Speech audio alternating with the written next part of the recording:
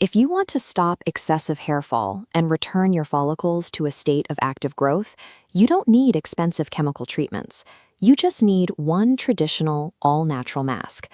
Looking at this timeline of a normal hair cycle, we can see that hair loss occurs when the resting and shedding phase starts outlasting the actual growth phase.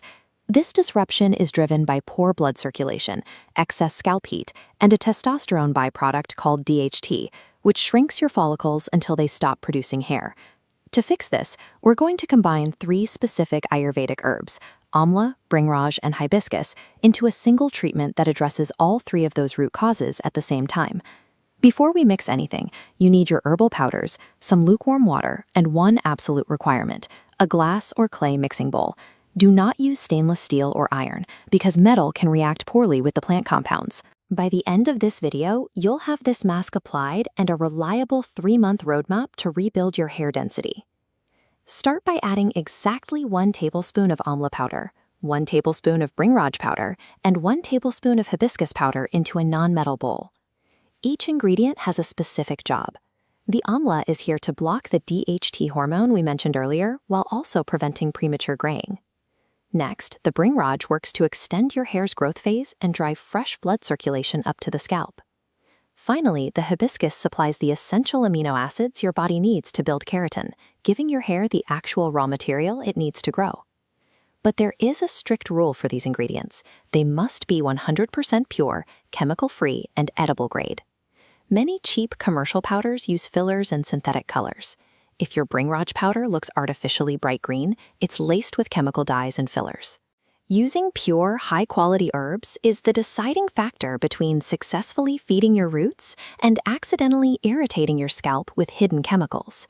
With your dry powders combined, slowly pour in lukewarm water or even brewed tea for an extra nutrient boost. Stir this continuously using a wooden or plastic spoon. You are looking for a very specific consistency. It needs to be a thick, spreadable paste that clings securely to your roots without dripping.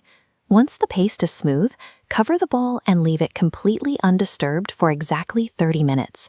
This mandatory resting period allows the dry plant matter to properly hydrate and bloom. You have to let these active nutrients release into the paste before they touch your skin. Before you apply this, you need to know that Bhringraj is highly effective at drawing heat out of the body, which drastically cools your scalp. Because of this cooling effect, if you are prone to colds or sinus problems, you should never use this mask at night. Make this a daytime routine.